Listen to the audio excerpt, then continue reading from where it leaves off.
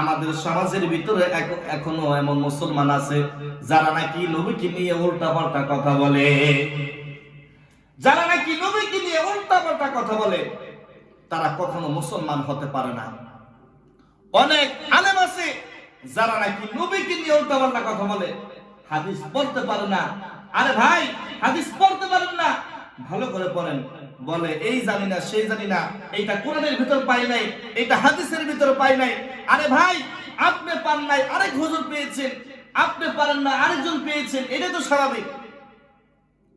আরেক হুজুর বলে যে ওযু ছাড়া কোরআন শরীফ ধরা যাবে। আরে ভাই কি বলেন? আল্লাহ পাকের কোরআন, যেটা নাকি আল্লাহ পাক নিজে বলছেন যে তোমরা পবিত্রতা ছাড়া তোমরা কোরআন স্পষ্ট করিও না।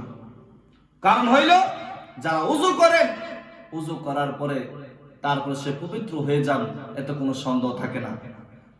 আপনি পান নাই কোন হাদিস, কোরআনে কোথায় পান নাই, এইটা আরেকজন বিজ্ঞ আলেম আছে সে পাবে। এই পৃথিবীতে 4টা মাযহাব হলো প্রসিদ্ধ: হানাফি মাযহাব, মালিকি মাযহাব, শাফি মাযহাব, হাম্বলি মাযহাব। 4টা মাযহাব প্রসিদ্ধ। এই 4টা মাযহাবের ভিতরে কোনো মাযহাবে নাই যে কোরআন শরীফ ওযু ছাড়া ধরা যাবে, কোথাও নাই। আমার মুসলমানদেরকে আপনারা চরিত্র নষ্ট করতেছেন। আপনারা মুসলমান, আপনারা আলেমরা। এর জন্য আল্লাহ পাক রব্বুল আলামিন বলেছেন, আল্লাহ রাসূল নিজেও বলেছেন যে কিছু আলেম তারা জাহান্নামে যাবে সর্বপ্রথম, তাদের জবান টান দিয়ে ছিঁড়বে। সাবধানে কথা বলুন। কি কথা বলতেছেন? এই জাতির সামনে কথা বলতে হলে খুবই হুঁশিয়ারি ভাবে কথা বলতে হবে। আপনি পড়াশোনা করেছেন কোথায়? আপনার পড়াশোনা কোন জায়গায়, কোন লেভেলে, এইটা বাংলার মানুষ ভালো জানে।